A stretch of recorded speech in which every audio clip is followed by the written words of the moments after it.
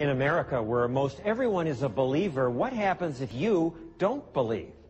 Well, one girl found that can be very difficult, but she and some other atheists have begun speaking out, saying, who needs faith? 3 years ago, the Smolkowski family moved to this 80-acre ranch in Oklahoma. 16-year-old Nicole was excited about it. We have a whole bunch of land that's ours, and you could walk on it. You can camp on your own land. So it was different, but I liked it. Nicole looked forward to playing sports at her new high school. She's a remarkable athlete, and when school started, though she was only 13, she became the only girl to play on the boys' football team. How could you handle the boys on the football team? You're not that big. I usually went for, like, the knees because I was smaller than them, so I could dive at their legs. Then came basketball season. But at the first game, everything changed because after the game, the girls gathered to recite the Lord's Prayer.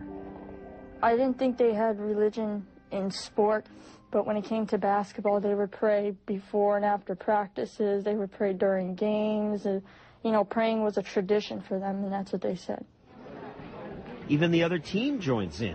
And from the stands, school officials too, says Nicole. All the teachers that work at that school, the administration have their heads bowed and they're saying the Lord's Prayer with the kids. Coach has his head bowed. It's a thing that everyone does. It was uncomfortable for Nicole because she's an atheist. You could have just bowed your head and kept silent. I wouldn't do it because it's disrespectful to me. I think it's disrespectful to them. And why would they want an atheist in their circle saying the Lord's Prayer? If I was a Jew or a Muslim or a Hindu, I would have problems saying that prayer. So did you say, no, I'm an atheist, I won't do that? Well, I told the coach, I was like, oh, I don't believe in God, I'm an atheist. So he's like, well, go to the locker room then.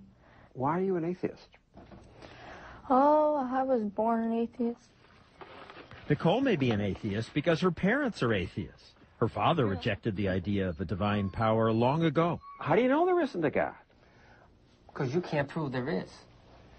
I mean, but I can't prove there isn't. Oh, no. My proof there is no God is you can't bring him forth. You see but God. There could be a God, the invisible presence that creates. Right, and it could be Santa Claus is coming to town. You want to build a society that way, watch out.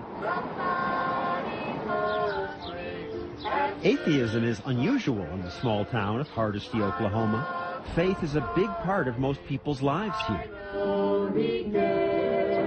In the name of the Father, and of the Son, and of the Holy Spirit. We would give forth our praise unto you. In fact, America is an overwhelmingly faith-based nation. Recent poll results show 91% of the country believes in God. Just 6% say they do not, and only 3% say they don't know. Nicole says once she said she was an atheist, your relationship with the other kids changed. Yeah.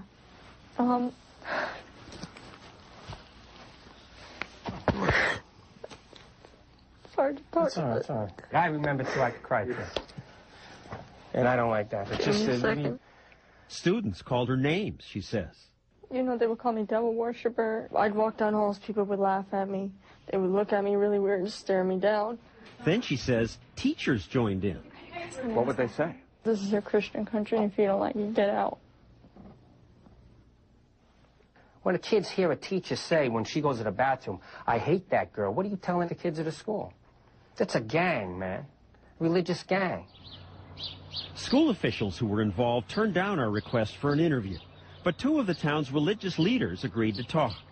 Pastor Truman and Diane Summerford and Pastor Don and Marie Calvert. They defend Hardesty as a place where the faithful and faithless are equally welcome. Diane's a substitute teacher at the high school and says Nicole was not discriminated against. I've never seen anything in the school that the kids treated Nicole badly. We have good kids that care, and they are good Christian kids. And as for that game-ending tradition, they say students have a right to voluntarily pray. It's still a free country that we're living in today, and our young people are standing up for their faith. Many in town told us they don't know what atheists believe. I mean, I don't particularly know what an atheist, you know, I know they don't believe they don't have a God that I worship. Welcome, everybody. to the 33rd Annual Convention of American Atheists. Lots of people are uncomfortable with us and people attending an American Atheist Convention. Some here are afraid to do what Nicole did. Most atheists choose to remain in the closet because of fear. Those who do admit their atheism are often asked, how can you be good without God? They usually question how we could possibly be moral people. I think they think we're unhappy people, which is completely not the case for me. Atheists are nice people, they're good people, they're they moral people. They don't believe in anything. They believe in life, they believe in science, in art, in poetry, in love, in marriage, in family. They believe in all those things. They just don't believe in supernatural magic. Evolutionary biologist Richard Dawkins is the author of the current bestseller, The God Delusion. Richard Dawkins is a world-renowned evolutionary scientist. His outspoken hostility toward religion even made it to South Park. Can you imagine a world with no religion? No Muslims killing Jews, no Christians bombing abortion clinics. The world would be a wonderful place without God. The idea of a divine creator belittles the elegant reality of the universe. Dawkins recently made a documentary that criticizes all religious faith. The time has come for people of reason to say enough is enough. Religious faith discourages independent thought, it's divisive, and it's dangerous. Despite saying such things, he says on his book tour, he's been well received in America. Thank you very much. America is a very religious country. I would think you would get some angry reactions here. I thought just the same, but people thanked me over and over again for saying what they themselves would like to say, but somehow feel they'd better not. Dawkins says it's time for atheists to speak up. We've all been brought up to think that religion deserves a kind of free ride, free from all criticism. Dawkins says he's glad Nicole's standing up for her beliefs. Her father says the school violated the Constitution by endorsing school prayer and Christian beliefs. The school was conspiring, basically, to run the atheists out of town or at least get them out of the school. Simple as that. School administrators kicked Nicole off the basketball team. They said she was bad for team morale and that she'd stolen another student's sneakers. Did you take the other girl's shoes? No, I borrowed it from her, and people saw me give it back to her, and she said thank you. You were late to practice nearly every day. Actually, I was early to practice every day, and I ran my laps before the coach got there. A year later, Nicole was allowed back on the team. This time, when the prayer started, Nicole stayed outside the circle. And so I just stood outside of it and said the Pledge of Allegiance. Without the under God. Without the under God. The next school day, she was suspended. And this time they said she had threatened to kill a team member. Yeah, they say that I told this girl a week earlier that I wanted to kill the secretary's daughter.